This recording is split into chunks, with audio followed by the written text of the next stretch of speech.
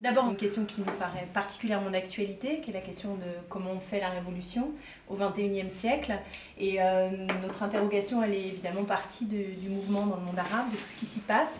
Et la première question qu'on avait envie de vous poser à tous les deux, c'est de savoir comment vous analysez ce qui s'y produit et qu'est-ce que vous en tirez comme enseignement ou pas sur vos conceptions de la révolution l'un et l'autre, puisque chacun vous revendiquez ce terme de révolution. Je ne sais pas qui veut démarrer. Je vais bien commencer. Ce que j'en retiens d'abord, c'est que les révolutions sont possibles. S'il y a bien quelque chose à en retenir, c'est qu'elles sont possibles, ce qui est quand même un changement de situation et de période, dans le sens où moi qui me réclame des idées révolutionnaires depuis l'âge de 14 ou 15 ans, et qui, voilà, on sort de, pour toute la génération anticapitaliste qui est née du lent renouveau du mouvement social au début des années 90, ça veut dire qu'on n'est plus condamné à évoluer dans un monde sans révolution. Là, on a une révolution populaire où le peuple, comme acteur politique et démocratique, fait irruption sur la scène sociale, fait irruption sur la scène politique, prend en main son propre destin, au-delà des échéances électorales, et s'affronte pas simplement à sa propre dictature, mais s'affronte aussi, je dirais, quelque part, aux intérêts impérialistes, aux intérêts occidentaux. Nous, notre courant politique, est toujours parti de l'idée qu'il n'y avait pas un modèle de révolution, il n'y a pas de modèle calcable, exportable, chaque révolution est particulière et spécifique, mais il y a des contextes politiques, et le contexte politique, c'est un contexte de faille politique pour la mondialisation capitaliste, c'est-à-dire que depuis, on ne peut pas comprendre tout ce qui se passe actuellement en Tunisie, en Égypte et y compris en Libye, qu'avec des lunettes braquées sur les questions démocratiques, par exemple. Il y a la question sociale qui est omniprésente et qui est liée du coup à la crise financière du capitalisme qui a débuté il y a 2 ans et demi. Alors après, elle est plus ou moins nuancée selon les pays, selon les circonstances, mais en tous les cas, elle est présente.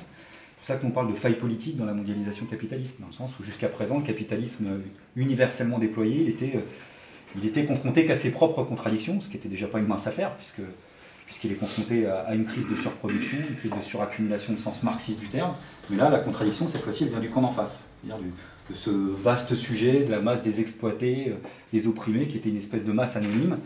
Et moi, je retiens d'abord ça, c'est-à-dire qu'il y a la vieille idée qui était chère, par exemple, à Daniel Ben Saïd, mon ami et mon camarade, l'idée qui lui s'inscrivait dans la lignée des Auguste Blanqui, des Walter Benjamin, de l'idée que le temps est jamais éternel, que le champ des possibles est toujours ouvert, et ça on le ressavoure en direct live, quoi. Et c'est quand même pas une petite affaire, parce que je termine là-dessus, pour moi l'idée que c'est toujours un chantier politique, la révolution, on va l'étudier cette fois-ci à la lumière des travaux pratiques plus que simplement des théories, et les travaux pratiques sont parfois vachement plus efficaces que les théories.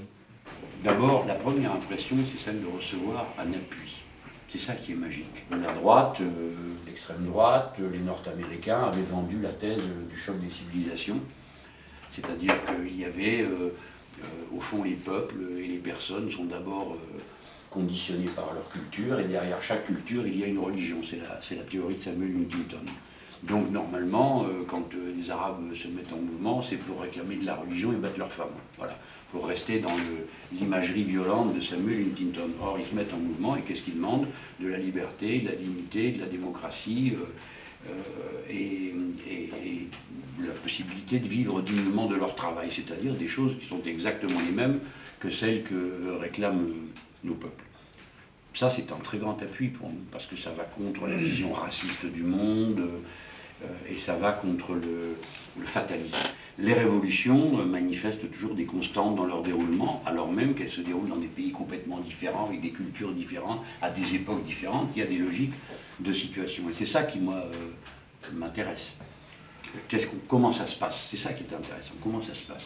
D'abord, on a une situation qui accumule les conditions de l'explosion. Mais ça ne veut pas dire parce qu'elles sont accumulées que l'explosion a lieu. C'est un peu comme les tremblements de terre. On a absolument la certitude qu'ils doivent avoir lieu, on sait pourquoi, on connaît les conditions physiques, mais où, quand et quelle ampleur, personne ne le sait.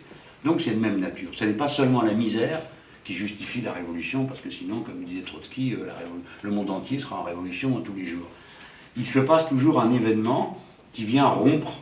Et c'est cette rupture qui est importante. Moi, je l'ai appelé le bug à un moment donné, parce que ça permettait de renvoyer à quelque chose de plus connu, de la pratique quotidienne de l'outil informatique. Vous êtes parti dans un processus, quelque chose de le rompt. Ce n'est jamais une question idéologique, toujours quelque chose de simple. Et voilà comment la mécanique se met en place. Elle part d'un fait social, c'est-à-dire l'impossibilité de vivre, et elle prend tout de suite une dimension démocratique. Elle commence par la dimension démocratique. Mais les gens ne le font pas non plus pour suivre un catalogue démocratique. Ils se mettent en mouvement pour régler ces questions. Donc la révolution part d'un fait social, se manifeste sous une forme d'exigence et de revendication démocratique et revient au contenu social parce que les gens n'ont pas fait tout ça seulement pour obtenir le droit d'élire un Sarkozy ou un Silvio Berlusconi chez eux. Ils ont fait tout ça parce qu'ils ont un problème. Comment ça se fait?